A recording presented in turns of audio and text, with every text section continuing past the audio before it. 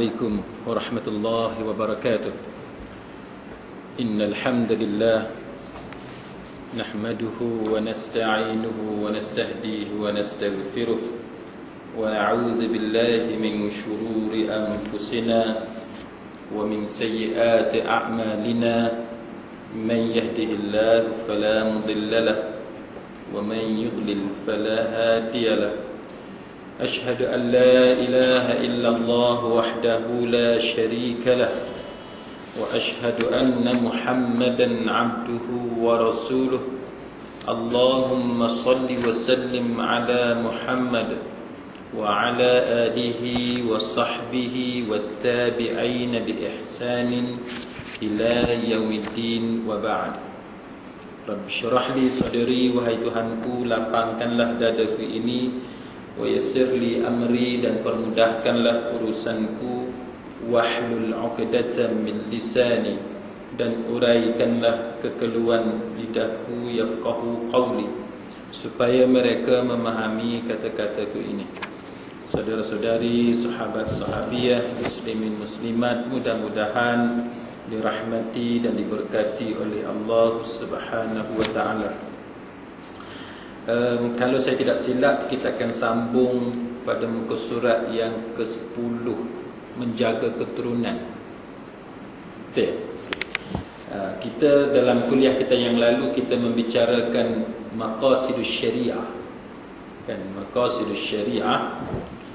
Dan kalau tuan-tuan tengok dalam TV,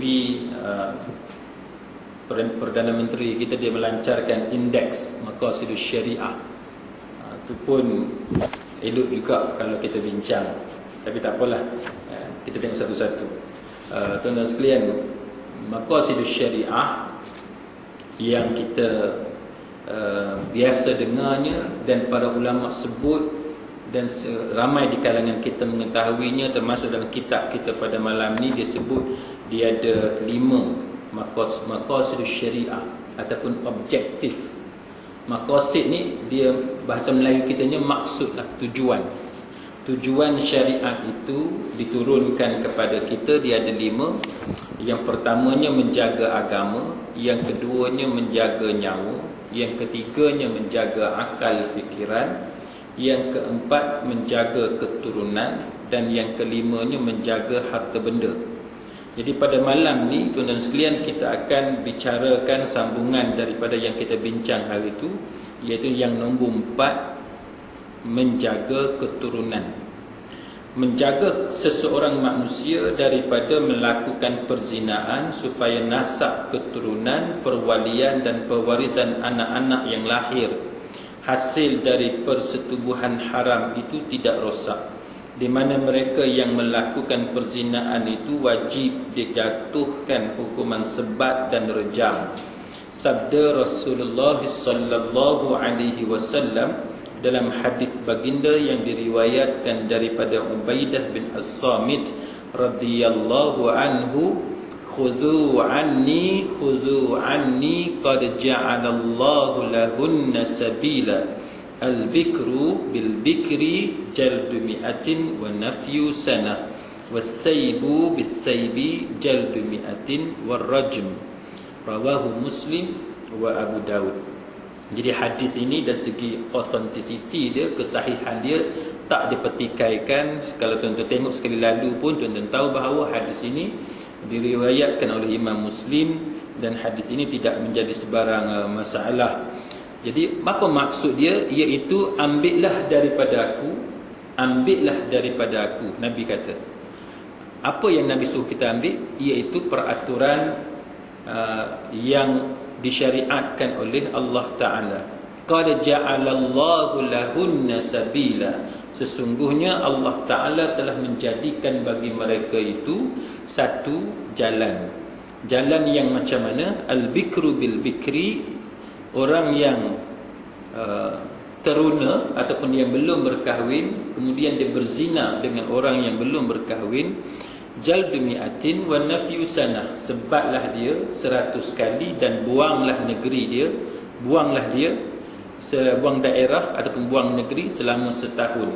Sebahagian ulama sebut wa nafyu sana itu maksud dia penjarakan dia selama setahun.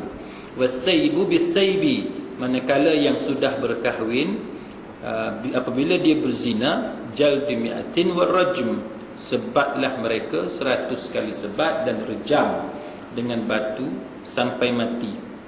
Baik, kita ulang kaji sedikit sebab saya percaya saya pernah sebut hadis ni beberapa kali. Hadis ini dalam syarahnya para ulama dia menyatakan bahawa hadis ini Nabi dia nak bagi tahu kepada kita, nombor satunya ialah dalam soal undang-undang yang berkaitan dengan zina ini, arahan Nabi supaya kita ambil daripada dia. Itu nombor satu. Maknanya hendaklah dihukum orang yang berzina sebagaimana yang kita sebut tadi, iaitu kena sebat dia ataupun kena buang negeri dia, kita kena rejam dengan batu sampai mati. Dan bila Nabi sebut ambillah daripada dia, Nabi menyebut qad ja'alallahu lahunna sabila, sesungguhnya Allah Ta'ala telah menjadikan bagi mereka itu satu jalan. Baik, lahunna itu siapa dia? Lahunna itu ialah al-Yahud, orang Yahudi. Maknanya Allah Ta'ala dia bagi undang-undang ini kepada orang Yahudi, pada masa yang sama dikekalkan kepada Nabi kita Muhammad sallallahu alaihi wasallam, dan sebab itu Nabi arahkan supaya kita ambil daripada dia undang-undang yang sama sebagaimana yang Allah Ta'ala berikan kepada orang-orang Yahudi. Maknanya undang-undang ini ialah undang-undang klasik, undang-undang lama yang ada sejak zaman orang Yahudi, kemudiannya kekal sampai kepada zaman umat Nabi Muhammad sallallahu alaihi wasallam. Baik, itu adalah perintah daripada Allah Subhanahu wa taala. Dan sebagaimana yang kita sebut bahawa bila kita nak faham undang-undang ni, kita tak boleh hanya membaca satu hadis ataupun membaca hanya satu ayat Al-Quran. Hendaklah kita baca dan kita membuat cross reference. Membuat cross reference, maknanya selain pada kita baca dalil ni, kita juga kena banding dengan dalil lain, barulah kita boleh faham apa yang dimaksudkan oleh sesuatu arahan agama kepada kita. Contoh dalam ayat ni, dia kata bahawa bagi orang yang berzina hendaklah kita rejam dia. Tetapi kita kena ingat bahawa dalam hadis Ma'iz al-Aslami, hadis Ma'iz al-Aslami, bila Ma'iz pergi berjumpa dengan Nabi, dia kata inni zanaitu, dia kata sesungguhnya aku telah berzina, fa'arada anhu, Nabi berpaling daripada Ma'iz. Jadi bila Nabi berpaling daripada Ma'iz, sampai 4 kali pengakuan Ma'iz dan 4 kali Nabi berpaling daripada Ma'iz, maka para ulama mengatakan bahawa itu adalah satu petunjuk daripada Nabi bahawa janganlah kita mengaku bahawa kita berzina. Mana dia ada dua pihak yang kita kena bezakan. Satu pihak iaitu pihak kerajaan, pihak yang berkuasa. Pihak yang berkuasa bila ada laporan kepada dia, sabit aduan tersebut, ada bukti, cukup bukti, maka wajib dia deliver, wajib dia laksanakan, implement undang-undang itu. Tapi di pihak orang yang melakukan zina, dia lain. Di pihak orang yang melakukan zina, dia hendaklah faham bahawa dosa yang dia buat tadi hendaklah dia sembunyikan, dan jangan sekali-kali dia membuat pengakuan kepada sesiapa pun, termasuk kepada pihak berkuasa. Dia ada dua keadaan yang kita mesti bezakan.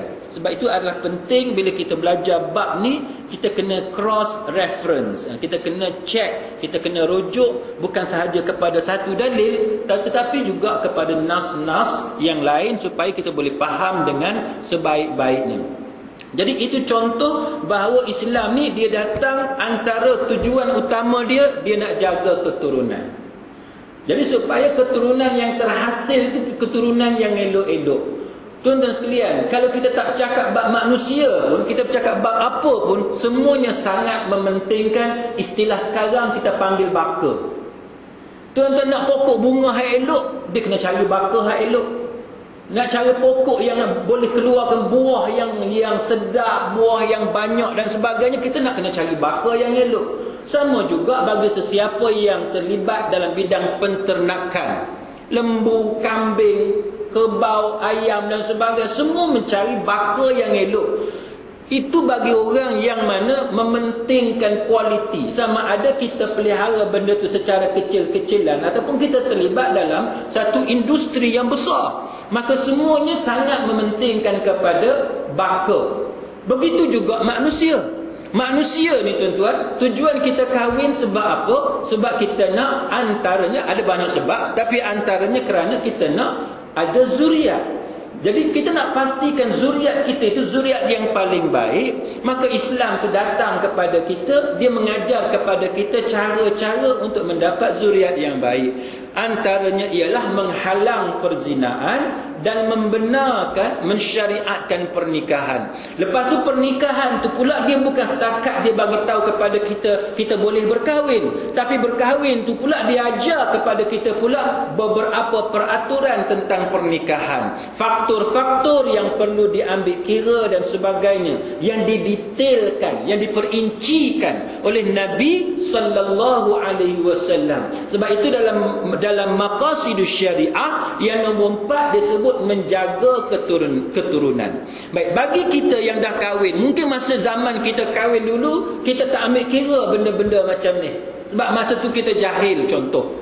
Masa tu kita tak peduli surau dengan masjid, bab semayang kita tak peduli, bab baca Quran kita tak peduli. Isteri kita pun dulu pun tuan-tuan sekalian tak peduli benda-benda macam tu. Tiba-tiba sekarang barulah kita sedar, contoh. Baru sekarang baru kita sedar, kita dah umur 40, 50, barulah kita nak dekatkan diri dengan surau dan masjid. Maka takkanlah kita nak buang semua benda yang kita dah bina selama ni. Jawapan dia, hendaklah kita jaga baka yang ada. Kan? Kita kena jaga baka yang ada. Anak kita dah lahir dah. Cerita nak jaga daripada masa mengandung dah terlepas dah cerita tu. Cerita dulu. Sekarang anak dah membesar, maka tugas kita ialah menerima baka yang ada, keturunan yang ada, jaga mereka tu elok-elok. Sebab tujuan syariat datang kepada kita ialah untuk menjaga keturunan. Jadi tugas kita tuan-tuan, hendaklah kita jaga keturunan kita supaya menjadi keturunan yang soleh. Baik. Kalau tuan-tuan tengok sekarang ni, kita nak pastikan anak-anak kita tu menjadi anak-anak yang soleh. Bi'ah dia tu pun bi'ah, hendaklah bi'ah yang salihah, kan? Bi'ah yang baik. Kalau bi'ah tu bi'ah sayyi'ah, bi'ah yang jahat, maka itu yang menjadi masalah. Kalau kita tengok dalam masyarakat kita hari ini, yang terbaru tuan-tuan sekalian yang keluar dalam media ialah satu pesta menari separuh bogel, kan? Tapi alhamdulillah kemudiannya pihak berkuasa melarang dan dia impose satu larangan, ditutup selama 8 hari.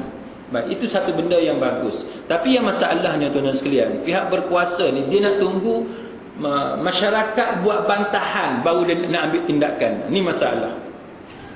Bukan kata inisiatif daripada pihak berkuasa sendiri nak halang benda-benda macam tu. Kita ambil satu contoh. Kalau tuan-tuan tengok dalam YouTube, dia ada satu tajuk tu Zumba Perdana. Kalau tuan-tuan tengok, kan? Zumba Perdana. Zumba Perdana ni siapa yang pergi rasmi? Tuan-tuan boleh tengok sendirilah siapa dia dalam YouTube tu. Saya tak mahu sebut, kan?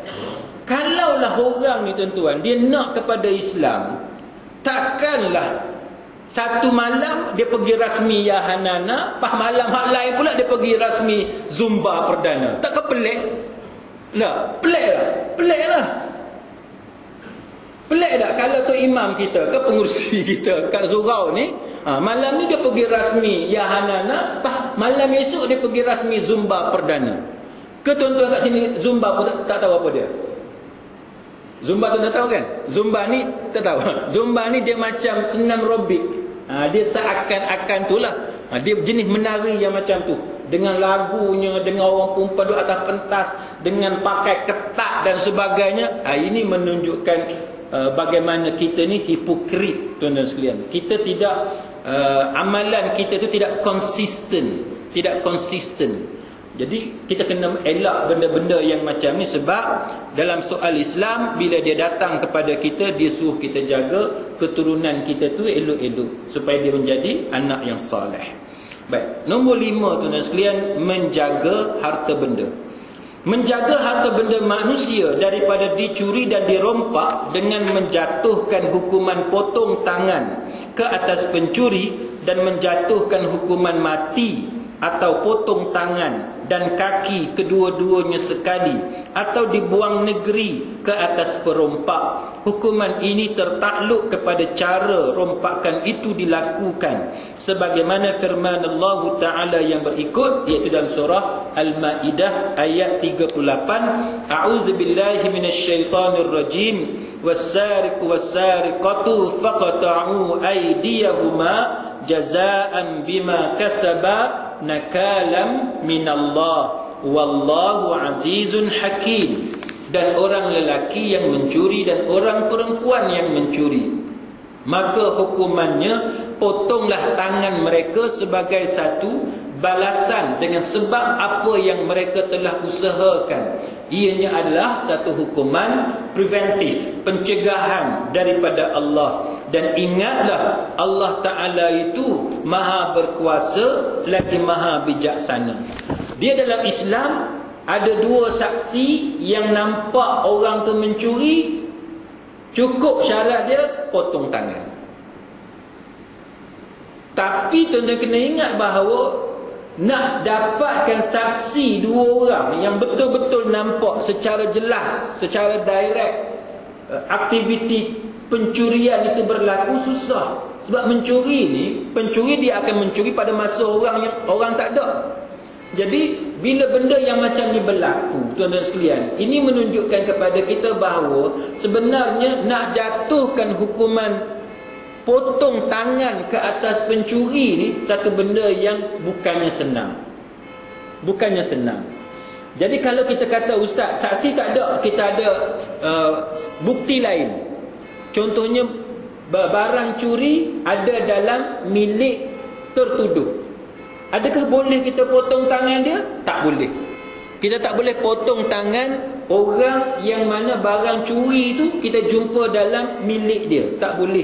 Itu kita kena tuduh benda lain, kesalahan lain, kesalahan memiliki barang curi. Yang tu baru boleh.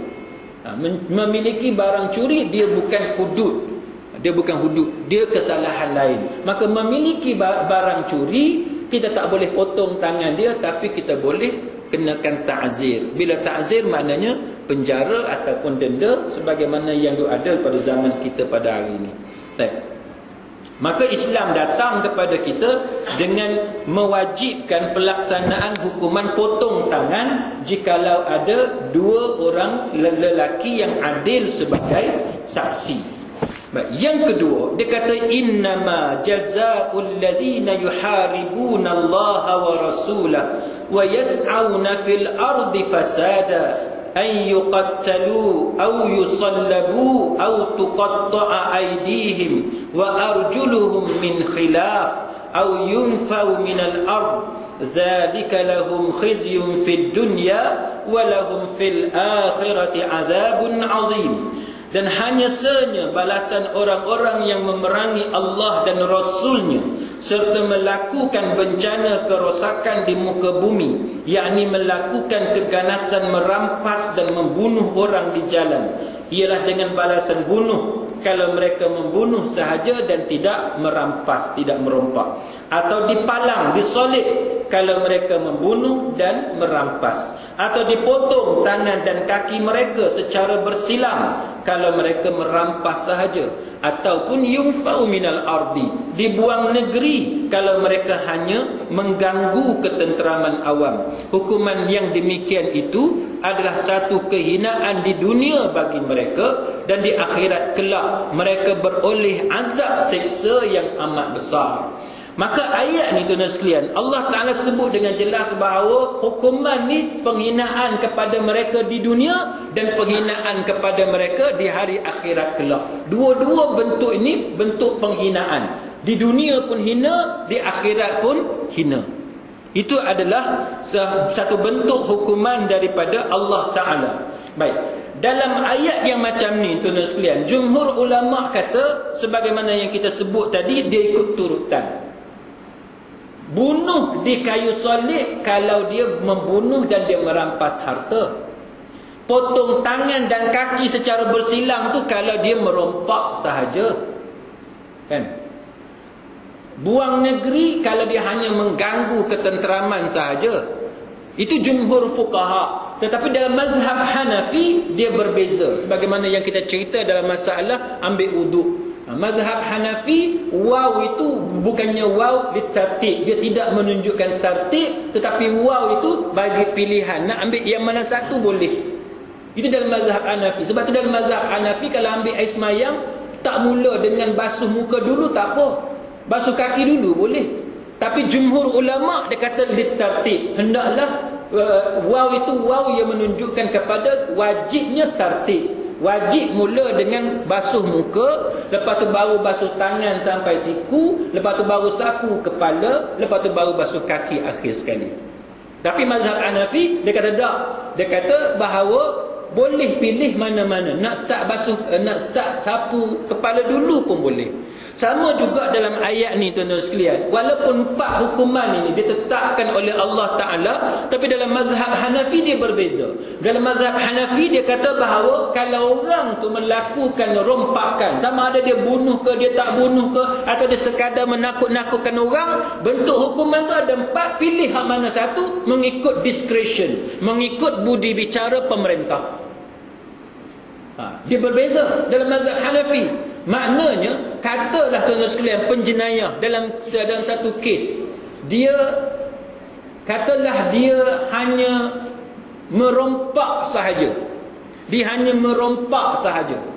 Kalau ikut jumhur ulama berdasarkan ayat ni, kalau merompak sahaja hendaklah dipotong tangan dan kaki secara bersilang. Tapi dalam mazhab Hanafi dia kata boleh pilih. Maka kerajaan boleh jatuhkan hukuman salib ke atas perompak berkenaan, walaupun perompak itu hanya merompak tanpa membunuh mangsa. Itu beza antara mazhab jumhur dengan mazhab Hanafi dalam masalah ayat yang berkaitan dengan hirabah ni. Itu contoh. Baik. Setakat itu tuan-tuan ada sebarang soalan? Kata aku tak faham. Okey. Baik. Nombor yang ke-13 tuan-tuan. Pelaksanaan hukum hudud, qisas, diyat dan ta'zir. Dia kata ada beza. Bentuk pelaksanaan itu ada beza. Yang pertamanya dia kata kesalahan yang dijatuhkan hukuman hudud dan qisas, hakim tidak mempunyai pilihan untuk menentukan dan menetapkan hukuman hudud dan qisas itu kerana hukuman tersebut telah ditentukan dan ditetapkan oleh Allah dan Rasulnya di dalam Al-Quran dan hadis. Tuan-tuan tengok. Dalam buku kita ni, dia sebut dengan terang bahawa dalam masalah hudud dan qisas ni, hakim tak ada pilihan. Hakim kena wajib laksanakan exactly. Sebiji-sebiji mesti sama sebagaimana yang ada dalam Quran dan hadis. Dia tak boleh pergi buat cara lain.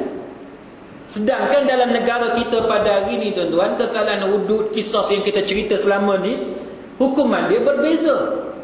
Maka ini menunjukkan bahawa amalan kita pada hari ini tidak mengikut arahan Al-Quran dan hadis. Sebab tu hakim ni tuan-tuan, kalau kita mengaji dalam hadis umpamanya, saya sebut sedikit dalam masalah hakim ni. Kalau tuan-tuan tengok dalam satu hadis Nabi sallallahu alaihi wasallam, Nabi pernah sebut al-qudatu salasatun, wahidun fil jannah wa thnani fin nar. Nabi sebut dalam satu hadis tuan-tuan sekalian, al-qudatu, dia kata bahawa hakim tu ada 3 jenis. Hakim ni dia ada 3. Wahidun fil jannah, jenis yang pertama ni dalam syurga. Ratio dia tuan-tuan 3. 1 dalam syurga, 2 dalam neraka. Yang pertama dalam syurga. Wathnani finnar, yang 2 lagi tu dalam neraka. Fa ammal ladzi fil jannah, yang hak kata masuk syurga ni, yang kata masuk syurga ni, dia kata farajulun arafal haqq faqada bihi. Dia kata bahawa hakim tu dia ni tahu kebenaran, tahu hak, tahu realiti, tahu benda sebenar, dan dia hukum berdasarkan benda sebenar. Dia hukum berdasarkan yang hak. Maka hakim macam tu, dia tahu yang hak dan dia hukum berdasarkan yang hak, maka tempat dia dalam syurga. Ada orang tanya, Ustaz, hakim ni hakim saja ke, lawyer tak termasuk ke? Jawapan dia semua. Semua, tuan-tuan. Institusi tu, zaman kita sekarang ni dia lain. Zaman kita sekarang, dia ada, kita panggil institusi kehakiman. Dia comprise of what? Dia terdiri daripada apa? Yang kata hakim ni, dia ada hakim. Depan hakim tu, dia ada satu pihak kita panggil pendakwaan, prosecution. Satu pihak lagi dia panggil pihak pembelaan, defense. Dalam sistem mahkamah kita sekarang ni, prosecution dia tumpukan kerja dia macam mana nak kenakan orang ni. Itu kerja prosecution. Prosecution ni kerja dia macam mana nak cari jalan supaya orang ni kena. Yang defense ni pula, pembelaan ni pula, kerja dia ialah macam mana nak cari jalan supaya orang ni dilepaskan daripada pertuduhan. Sistem yang macam ni, tuan-tuan, dipercayai sebagai sistem yang paling baik yang kita ada sekarang. Sebab setiap orang ni, dia ada kemampuan dia. Dia terhad kemampuan. Dia tak boleh buat kerja banyak-banyak. Dia boleh buat sikit-sikit je. Dia macam ni lah. Tuan-tuan suka apa ni, suka tengok bola. Semalam Man U kalah. ni nak perli Man U ni. Siapa yang suka tengok bola dia tahu. Baik. Macam tuan-tuan tengok bola lah, kan? Bola. Boleh tak penjaga gol tu dia buat semua kerja? Gol pun dia jaga, back pun dia buat, striker pun dia buat. Boleh tak? Tak boleh. Dia kena tumpu satu benda. Jaga gol lah. Siapa yang jadi defense, yang jadi pemain pertahanan, dia kena jadi pemain pertahanan. Siapa yang jadi striker, penyerang, dia kena jadi penyerang. Macam tu lah, kan? Manusia ni dia tak boleh buat banyak kerja. Itu contoh yang mudah untuk tuan-tuan faham. Nah, macam kita lah. Saya lawyer. Boleh tak pada masa yang sama saya nak jadi engineer? Tak boleh. Sebab kita ni terhad. Kemampuan kita sebagai manusia terhad. Saya sebagai lawyer, boleh tak saya nak specialize semua benda? Bab tanah pun saya nak pandai. Bab kes dadah pun saya nak pandai. Bab korporat pun saya nak pandai. Bab saham pun saya nak pandai. Bab banking pun saya nak pandai. Boleh tak? Tak boleh. Walaupun saya lawyer. Doktor, boleh tak dia nak specialize semua benda? Bab tulang pun dia nak specialize. Bab kanser pun dia nak specialize. Bab ubat bius, bilik pembedahan pun dia nak specialize. Boleh tak? Tak boleh. Itu yang kata limitasi yang ada pada manusia. Maka sebab itu pada zaman moden ni, dia buat pembahagian tugas. Dia buat pembahagian tugas, setiap orang specialize bidang dia. Maka pendakwaan, fokus dia ialah macam mana nak dakwa orang ni. Soal orang ni tak salah, dia serah kepada pihak pembelaan. Peguam bela pula, tugas dia fokus macam mana nak cari kesilapan pihak pendakwaan.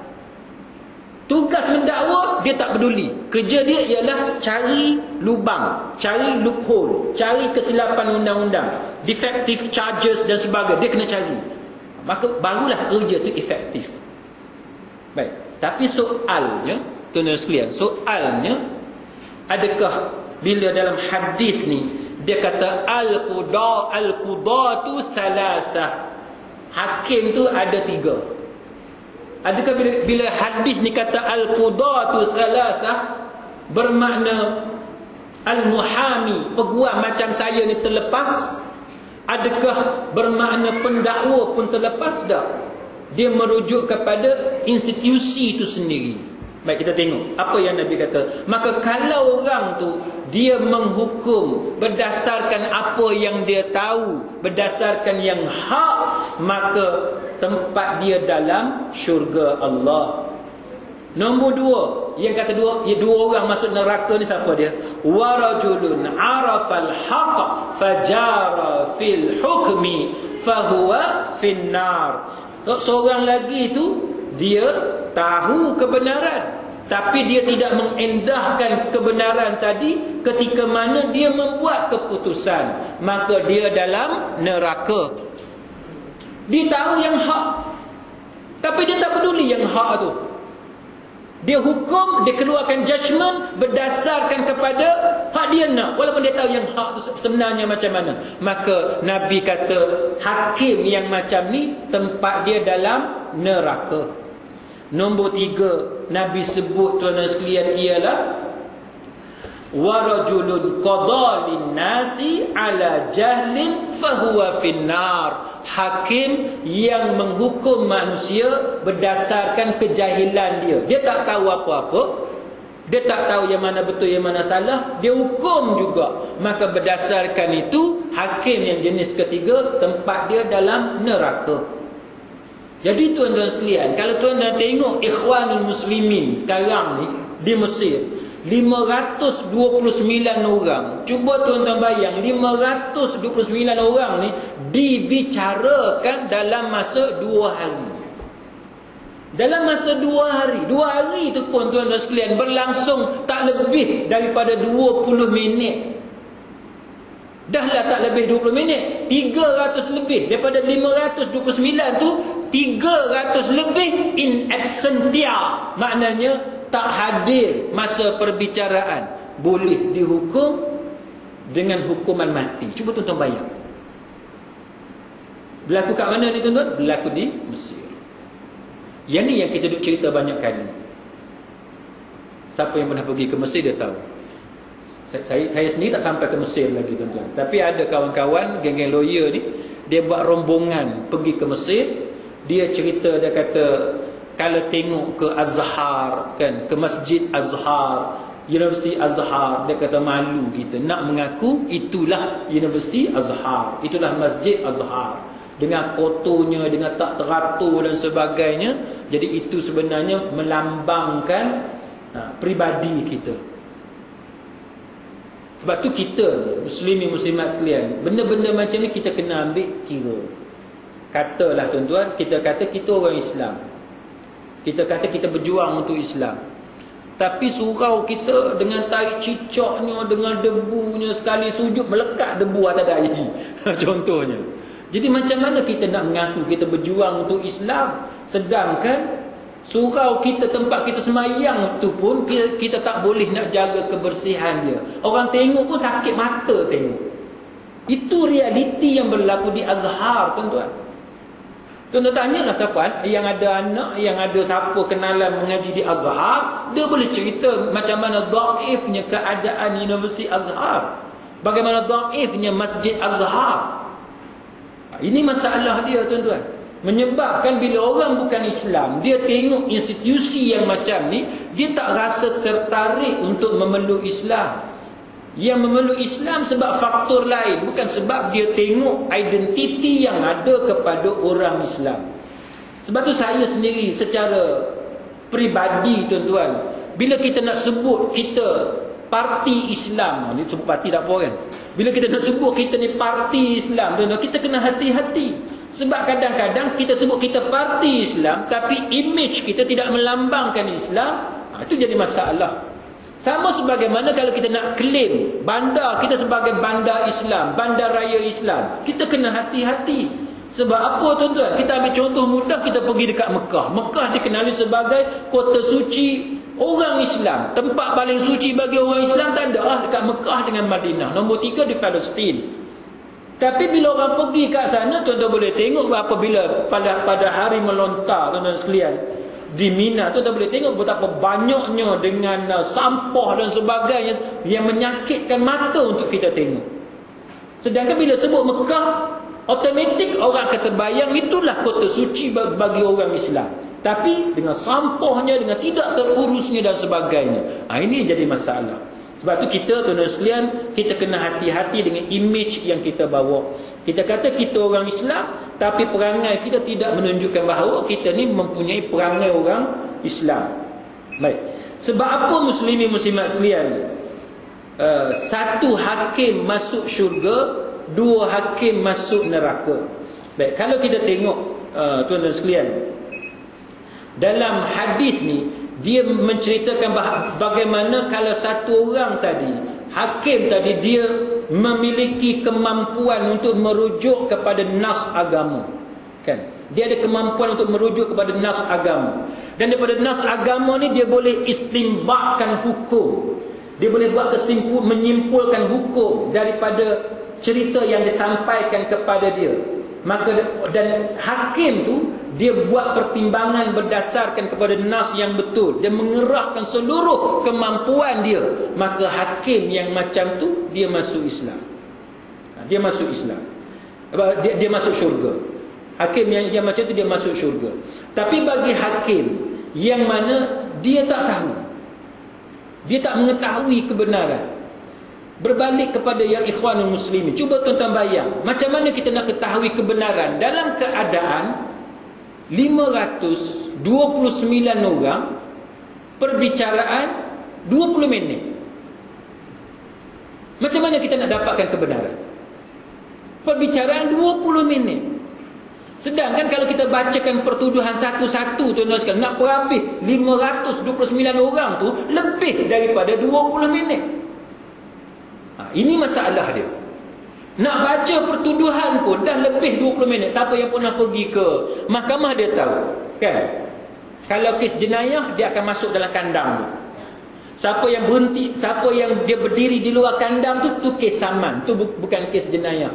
Sebab tu kalau tuan-tuan kena speed track, tuan-tuan pergi ke mahkamah, mahkamah tak suruh tuan-tuan masuk dalam kandang. Dalam kandang tu untuk kes jenayah.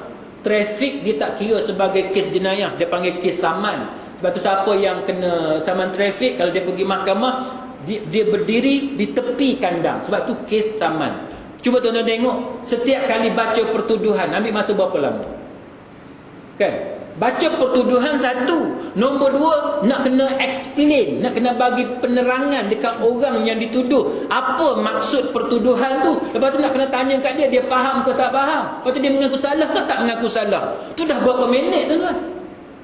Yang ni 529 orang 20 minit. Berlaku di mana tuan-tuan? Berlaku di Mesir.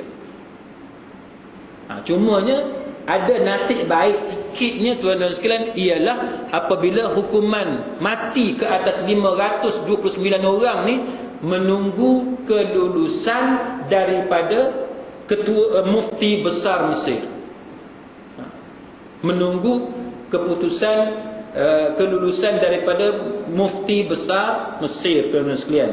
Dulu yang duk jadi heboh hari itu tuan-tuan sekalian ialah Syekh Ali Jumaah. Itu Syekh Ali Jumaah, dia baru berhenti dalam setahun lebih kurang, tuan-tuan sekalian. Yang ada sekarang ialah Syekh Syauqi Ibrahim Abdul Karim. Syekh Syauqi Ibrahim Abdul Karim itu adalah Grand Mufti yang baru. Sebelum daripada Syekh Ali Jumaah ialah Syekh Ahmad At-Tayyib. Dia adalah yang sebelum tu, tuan-tuan sekalian. Baik, kalau tuan-tuan masih ingat, Syekh Ali Jumaah ni dia ada heboh sikit sebelum ni. Heboh apa dia tuan-tuan? Kerana dia ada bercakap bahawa seolah-olah benda yang dia cakap tu bahawa halal darah puak-puak ikhwan. Malah dalam satu statement tuan-tuan sekalian, tapi kemudian dia nafikan statement tu. Dia kata apa? Dia kata bahawa boleh bagi pihak tentera bunuh pihak penunjuk perasaan. Yang tu yang menyebabkan Syekh Ali Jumaah ni dikritik hebat tuan-tuan sekalian. Dikritik hebat. Tiba-tiba ada orang kata, dia ni sebab dia mimpi jumpa Nabi, kita tak boleh kata dia salah. Ini masalah tuan-tuan. Sebab kalau kita belajar tentang ru'yah sadiqah, mimpi yang benar, mimpi ni tuan-tuan, kalau orang tu dia bermimpi jumpa Nabi pun, itu tak boleh digunakan hujah bahawa orang tu betul. Kita kena dengar cakap dia. Tak boleh. Kalau betul dia mimpi sekalipun, mimpi tu hanya untuk diri dia seorang sahaja. Dia tak boleh guna mimpi tu untuk mengikat orang lain untuk dengar fatwa dia. Tak boleh. Untuk pengetahuan tuan-tuan, kalau istilah kita ni sebagai ketua mufti lah. Ketua mufti ni dilantik oleh kerajaan. Agak-agak tuan-tuan lah, orang yang dilantik oleh kerajaan, adakah dia akan keluarkan kenyataan yang bertentangan dengan kehendak kerajaan? Dia takkan, betul tak? Kalau tuan-tuan masih ingat, kita pernah cerita tentang Panglima Tentera Thailand, kan? Panglima tentera Thailand Muslim, Islam tu.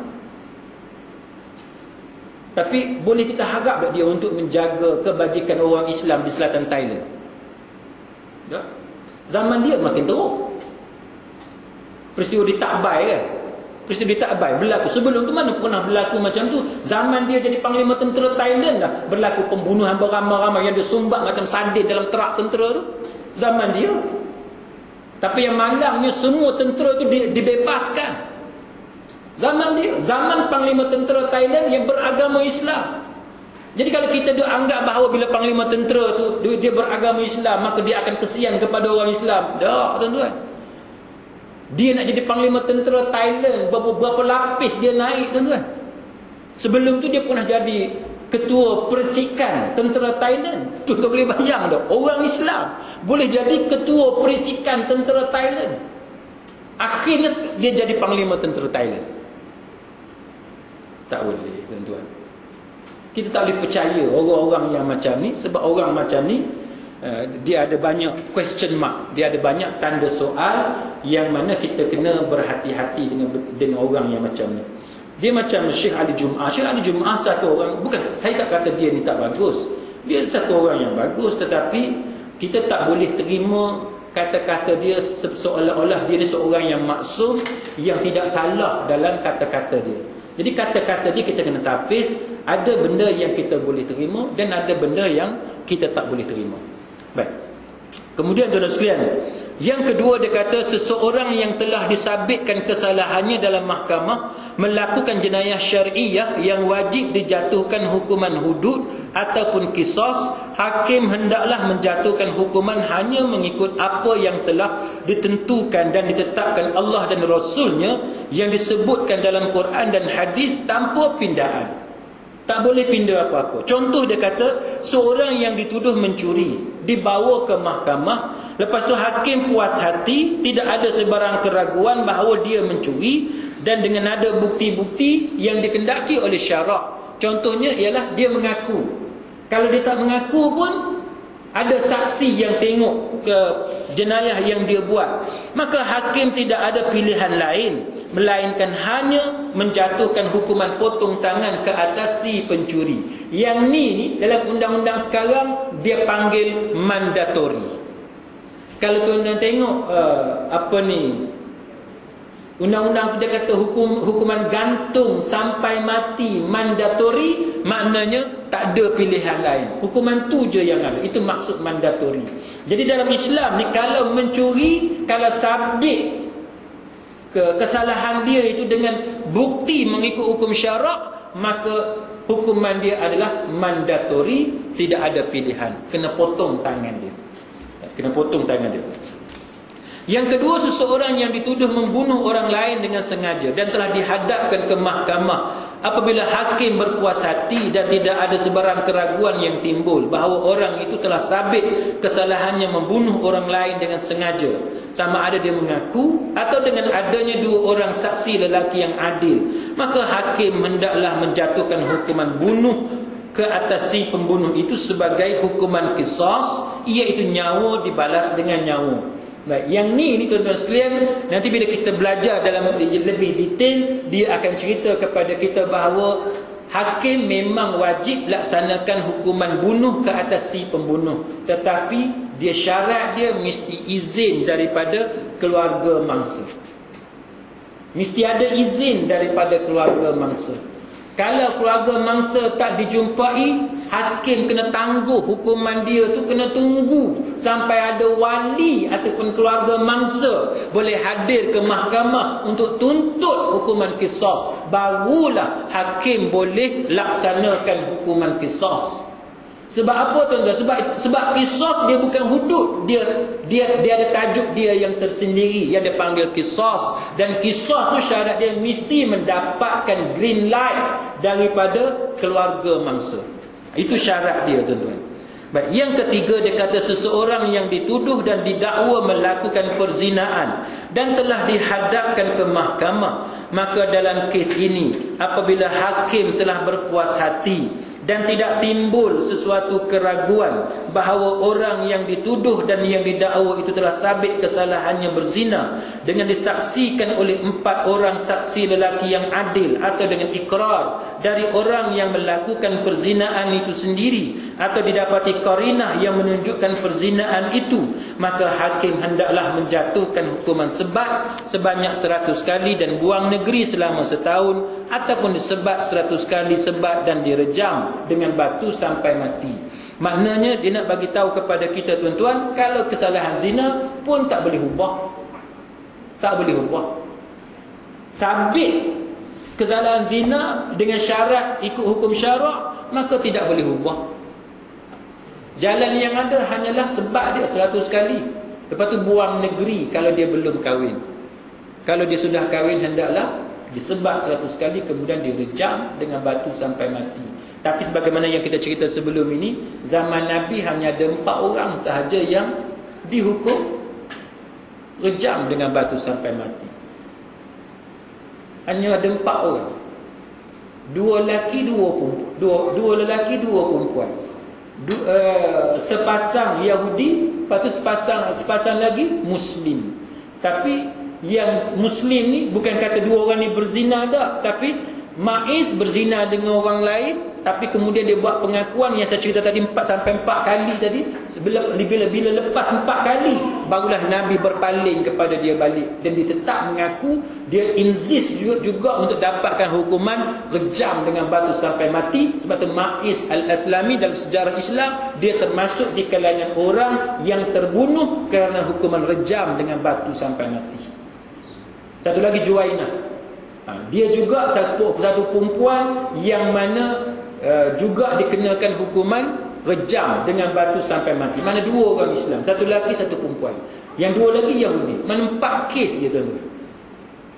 Sedangkan orang berzina ni ramai, tapi yang kena hukumnya tak ramai. Yang kena hukum tak ramai. Jadi kita kena bezakan benda-benda tu. Baik, kemudian hukuman qisas dan hudud, tuan-tuan sekalian, terdapat sedikit perbezaan antara kedua-dua hukuman tersebut. Dia kata hukuman qisas, hakim tidak boleh menjatuhkan hukuman ke atas penjenayah jika mangsanya atau waris mangsanya itu memaafkan penjenayah tadi. Sebab yang kita cerita hari itu, masalahnya ialah adanya diat. Bila adanya diat, adanya compensation, maka boleh bagi keluarga mangsa tu dia minta ganti rugi.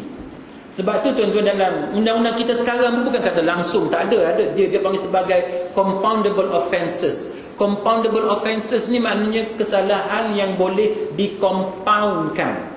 Jadi kesalahan yang boleh dicompoundkan. Jadi kalau kedua-dua pihak setuju dengan bayaran-bayaran tertentu, maka boleh diselesaikan kes itu, ditarik balik pertuduhan dan dilepaskan tertuduh dengan sebab tertuduh setuju untuk bayar certain amount kepada mangsa ataupun keluarga mangsa.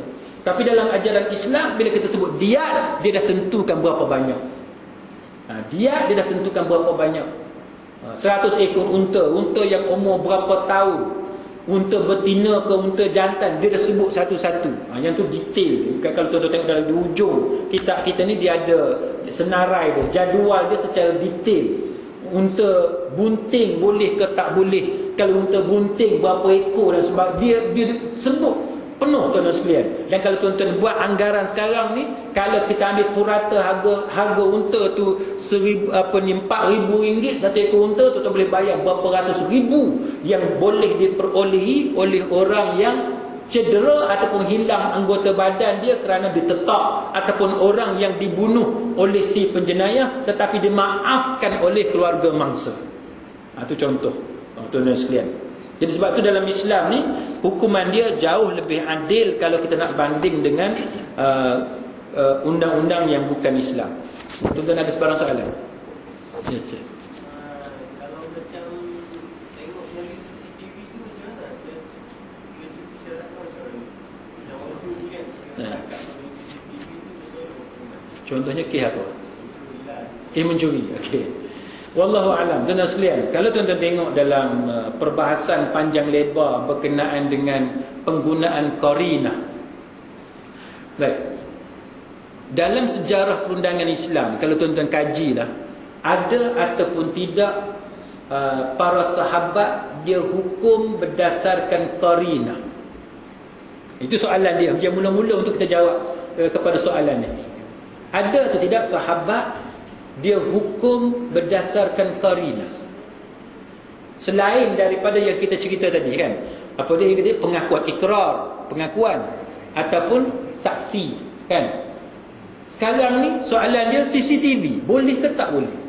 Baik, tuan-tuan sekalian, untuk jawab sama ada CCTV tu boleh ataupun tak boleh, jawapan dia ialah kita kena balik semula zaman sahabat, di mana pada zaman para sahabat ni pernah ataupun tidak qarinah digunakan untuk hukum orang di bawah kesalahan hudud.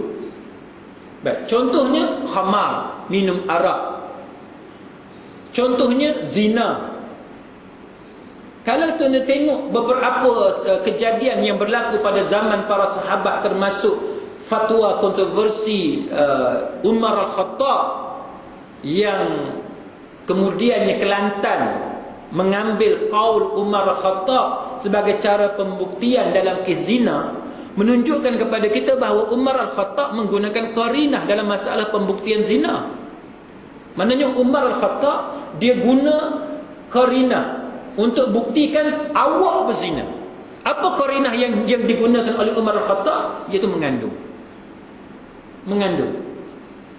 Para sahabat yang lain dia tidak mengeluarkan pendapat sebagaimana Umar Al-Khattab, tapi Umar Al-Khattab dia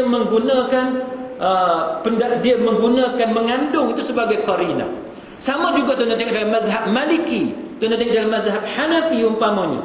Bagi kesalahan apa dia? Bagi kesalahan khamar, arak, bau mulut orang yang dituduh, bau mulut dia tu bau arak kan, bau arak, maka bau arak itu digunakan sebagai qarinah untuk sabitkan aduan bahawa kamu telah minum arak. Tapi itu tidak dipersetujui oleh jumhur. Jumhur tak setuju. Sebab jumhur kata idra'ul hududa bisyubahat. Dia kata tertolak hudud ni dengan ada keraguan, kerana ada keraguan. Dia kata sekadar bau mulut ni, tak, mulut kita berbau arak, dia kata itu bukannya pasti bahawa dia minum arak. Bukan pasti. Sebab apa? Contoh, katalah dia minum tapi dia tak sempat telan, dia buang balik, mulut dia bau tak? Bau. Dia tak minum, dia berkomor-komor umpamanya, ataupun dia basuh mulut dia pakai khamar. Maka sebab itu jumhur ulama tak setuju dengan pendekatan mazhab Hanafi yang menggunakan qarinah untuk pembuktian kes khamar. Sama sebagaimana dalam qaul Umar Khattab. Qaul Umar Khattab dia guna perempuan mengandung. Perempuan mengandung ni boleh jadi dia berzina, kan? Boleh jadi dia berzina, ataupun boleh jadi berlaku wati syubhah. Wati syubhah ialah persetubuhan yang meragukan, tetapi possibility untuk berlaku wati syubhah ni very slim, tipislah, tapi tetap ada. Contoh apa dia wati syubhah? Persetubuhan meragukan. Contohnya ialah tersilap masuk bilik. Very slim lah kan? Ke tuan-tuan pernah tersilap masuk bilik? Tak pernah lah, tak pernah kan? Tapi kalau tersilap pun tahu daripada awal lah kan? Buka-buka bilik, sorry, silap-silap. Macam tu lah. Saya pernah tersilap, tapi bukan tersilap masuk bilik, tersilap masuk kereta orang. Kereta sama. Nak pergi makan sate dekat Pokok Sena tu kan, ada satu kedai sate. Tahu kan, dekat Pokok Sena tu ada satu kedai sate, kedai nasi, macam-macam nasi ada, dengan sup, dengan sate pun ada. Masa tu hujan renyai-renyai. Saya pakai kereta Proton, masa tu Proton Wira. Masa tu, ni tahun 90 lebih. Ni cerita lama lah. Jadi saya pun parking kereta kat depan pagar kedai tu. Pergi beli sate dengan nasi apa semua. Isteri saya duduk tunggu dalam kereta sebab hujan renyai-renyai. Kita dah beli apa semua, bawa lah bungkusan ni, masuk dalam kereta. Tengok silap masuk kereta. Kan?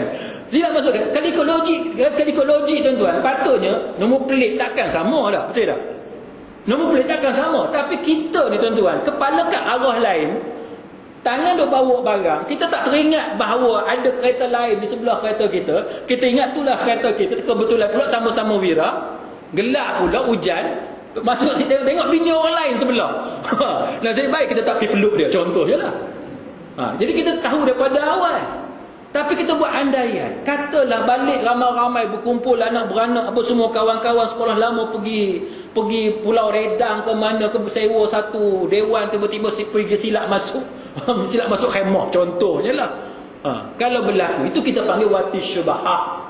Tapi kalau ikut logik tak logik lah, macam mana pula boleh berlaku sampai wati, sampai persetubuhan. Kalau ikut tak logik.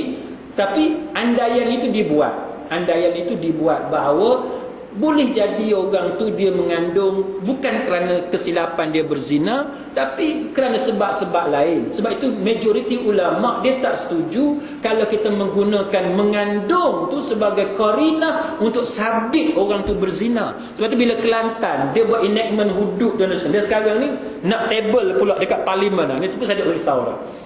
Sebab apa tuan-tuan? Sebab yang kawan sebelah lagi tu dia bukan jujur pun.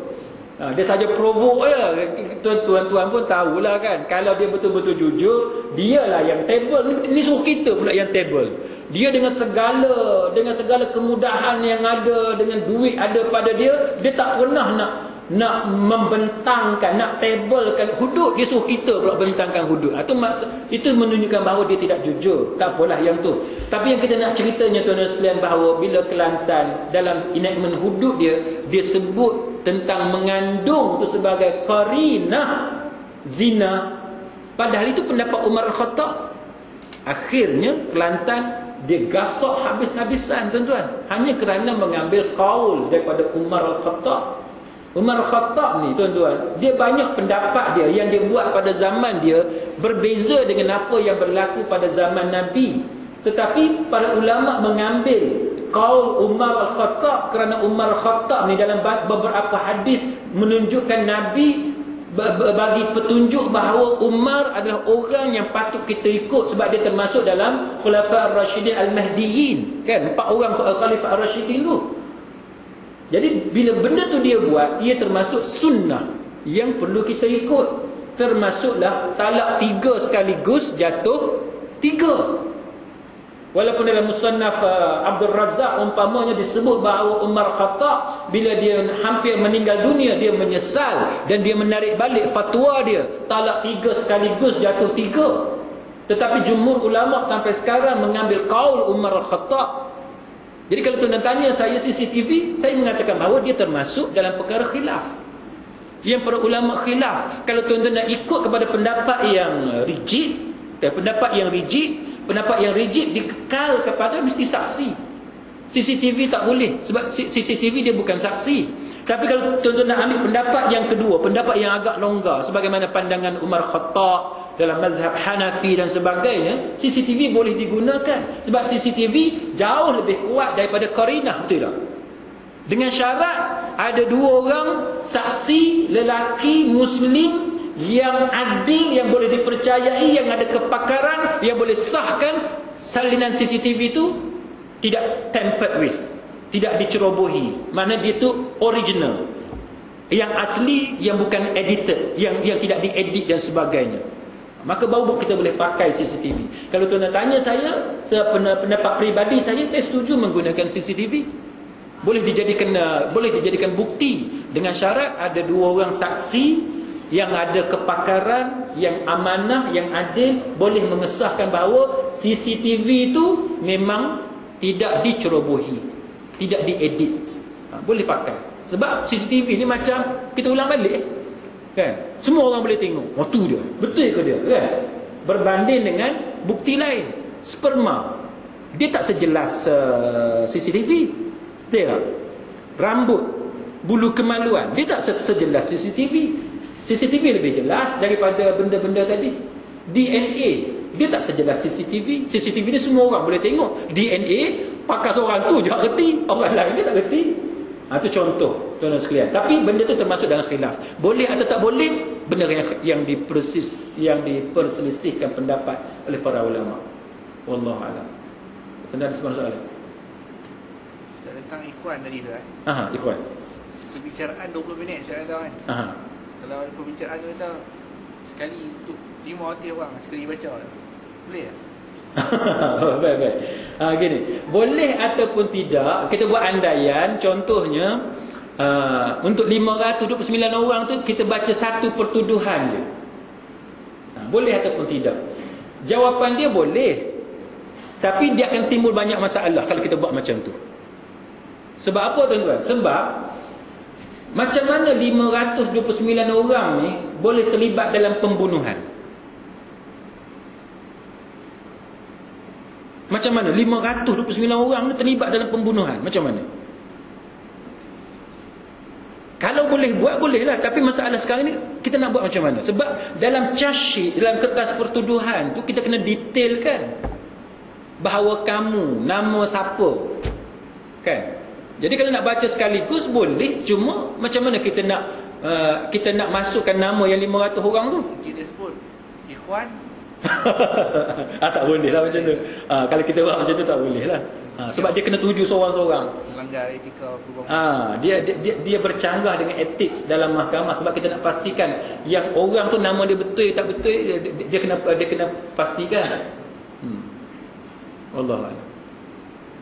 Tak balik ke hal yang CCTV tadi tu. Malaysia punya ni undangan perundangan kita guna pakai lah. Baik, sistem perundangan di Malaysia pakai CCTV. Cuma kalau kita nak cakap dari segi syariah tu cerita lain lah. Baik, di Malaysia CCTV kita pakai. Tapi kalau tuan-tuan tengok dalam kes SPRM, bagi siapa yang ikut perkembangan lah, tuan-tuan tahu SPRM tahu? Tahu kan? Apa dia SPRM? Tahu kan? Suruhanjaya Pencegahan Rasuah Malaysia. SPR lain. M dengan tak ada M je. Kan? SPR dengan SPRM. Yang ada M tu pencegah rasuah yang dulu BPR, yang SPR tu yang bab pilihan raya. Baik. SPRM ni kalau bagi siapa yang ikut perkembangan kes tu dalam perbicaraan, bagi siapa yang ikut, tuan-tuan perasan tak apa yang berlaku pada CCTV? Tuan-tuan tahu ke tak tahu?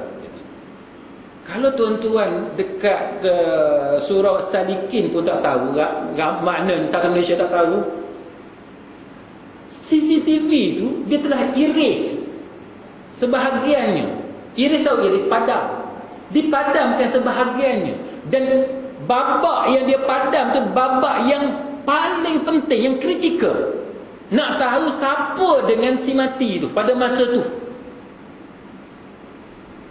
Dan mengikut saksi yang hadir ke mahkamah, dia kata bahawa orang yang boleh padam CCTV tu orang yang ada kepakaran sahaja. Dan dia tak boleh tersilap, tak ada. Yang kata terpadam ni tak ada, dia tak berlaku. Sebab cara nak access CCTV tu dia ada beberapa prosedur dia, protokol dia untuk boleh padam. Dia tak boleh padam secara tak sengaja. Tapi apa jadi pada kes tu tuan-tuan? Pejam mata, betul tak? Siapa yang nak bela si mati? Sekarang ni Balu tu pergi ke mahkamah nak saman kerajaan. Sepatutnya tuan-tuan, benda macam tu siasat sepatutnya. Sepatutnya siasat. Tapi kenapa tak tangkap SPRM? Sebab SPRM menjadi kuda kepada pihak yang tertentu. Bisa cakap ni duduk rakam dapatkan SPRM. Ini masalah dia tuan-tuan. Sepatutnya ambil tindakan, tangkap orang yang terlibat. Sebab pakar pun dah bagi tahu bahawa benda tu tak boleh dipadam secara tak sengaja. Dia mesti sengaja. Itu masalah. Menyebabkan si mati dalam keadaan tanpa dapat dibela. Maka bagi sesiapa yang terlibat, yang buat, dia akan jawab di hadapan Allah Subhanahu wa taala. Dan Balu dan keluarga si mati sampai sekarang mengatakan bahawa mustahil bagi si mati dibunuh diri dia. Wallahu a'lam.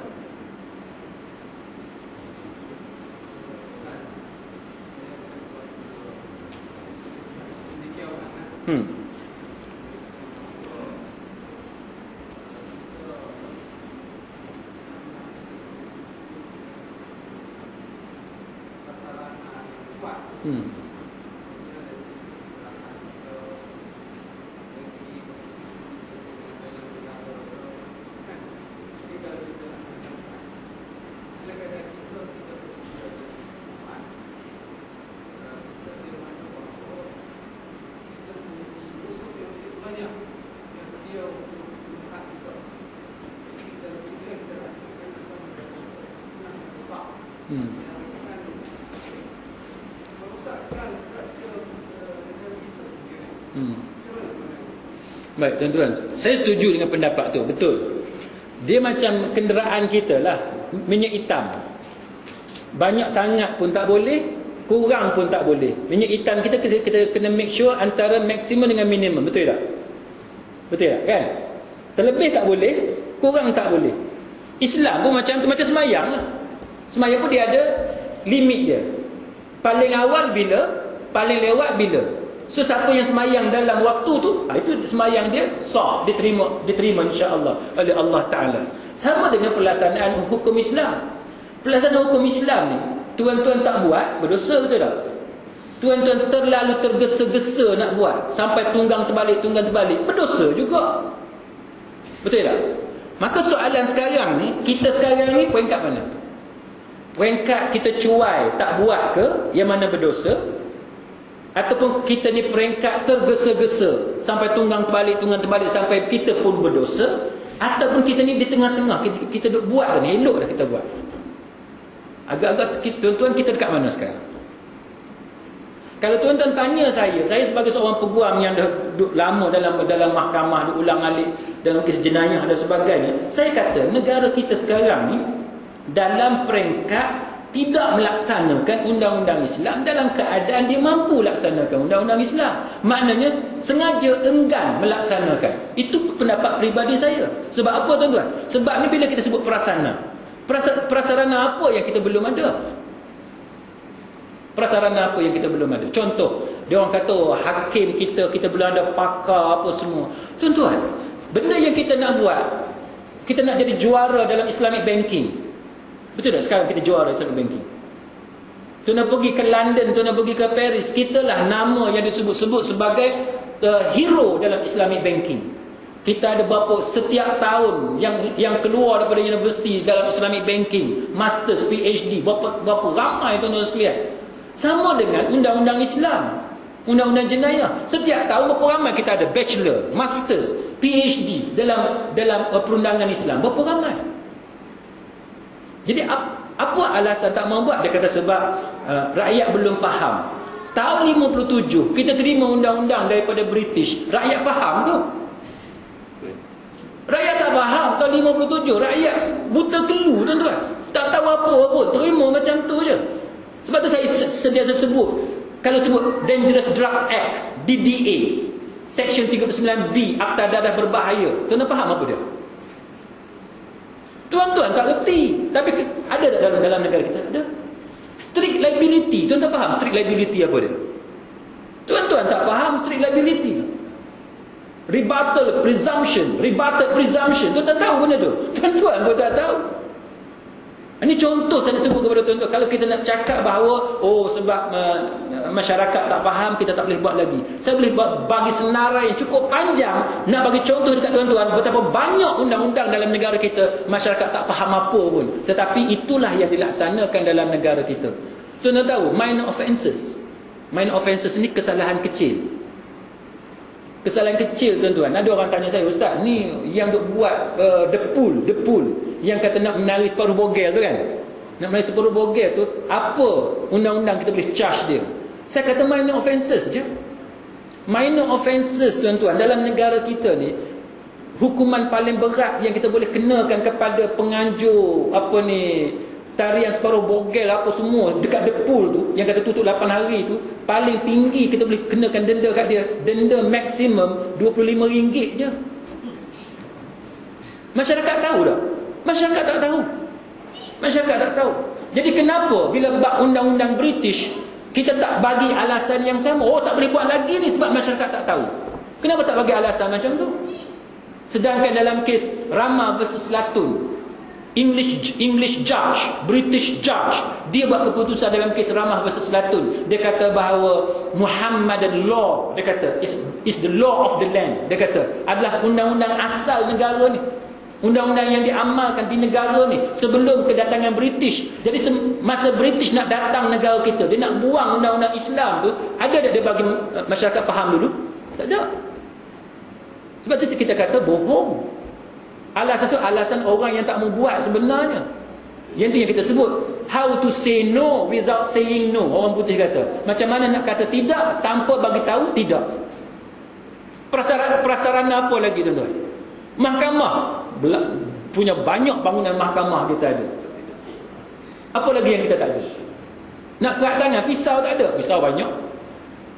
Ubat bius pun ada. Cara nak jahit pun kita tahu. Jadi kalau tuan-tuan tanya saya, jawapan saya secara ikhlas, sebenarnya mereka tak membuat. Bukan masalah prasarana, bukan masalah tidak ada kepakaran, bukan tidak ada kemudahan, tapi sebenarnya mereka tak membuat. Wallah. Itu jawapan. Tuan-tuan ada soalan ni? Ustaz, Ya. mana kata wuduk ni terhalang disebabkan oleh pihak atasan menghalang pihak wuduk terjadi ya? Ya, hudud terhalang sebab pihak atasan. Itu yang kita cerita bahawa Akta Mahkamah Syariah 1965 memperuntukkan 365. 3 tahun penjara, 6 kali sebatan dan RM5,000. Itu masalah yang kita hadapi. Kalau benar-benar kerajaan kita ni jujur dalam masalah ni, kenapa dia hadkan 365? Kan? Bagilah 100 sebatan. Sebab dalam Islam 100 sebatan. Tak sebab apa dia dalam 100 dia bagi 6. Sebab apa? Hak 100 dia bagi 6 je. Lepas tu cara sebab pula kena bagi kepada penjara yang buat. Penjara dia sebab bukan cara ikut Islam. Islam sebab perlahan je. Itu yang kita question tuan-tuan. Susah ke nak sebab macam tu? Susah. Sebab macam tu susah. Sedangkan penjara pegang dua. Tuan-tuan tengok kan dalam YouTube. Mana lebih senang? Sebab cara Islam atau sebab cara penjara? Sebab cara Islam. Tapi yang tu pun kita tak dibenarkan buat. Patutnya dekat penjara kita sebab cara Islam, bukan sebab cara orang putih. Sebab cara orang putih itu tidak sesuai dengan cara Islam. Tuan-tuan boleh tengok kan dalam YouTube tu, dia buka semua ni. Itu bukan cara Islam. Cara Islam kena tutup aurat. Tapi momokkan yang diberikan seolah-olah hudud ni teruk. Itu masalah dia. Itu penting media. Sebab tu saya selalu sebut bagi sesiapa yang pegang media, siapa yang pandai dalam bab internet, menyebarkan berita dan sebagainya, dia kena bagi kecantikan Islam tu. Dia kena promote kecantikan Islam. Tugas dia bagi nampak cantik Islam, bukan bagi nampak kejam Islam. Itu tugas kita semua. Wallahu a'lam. Ada soalan lain? Ada? Jadi kita berhenti setakat ini tuan-tuan. Moga-moga Allah Ta'ala memberikan manfaat, pahala kepada kita. Aku qauli hadza wa astaghfirullahal azim li wa lakum. Wassalamualaikum warahmatullahi wabarakatuh.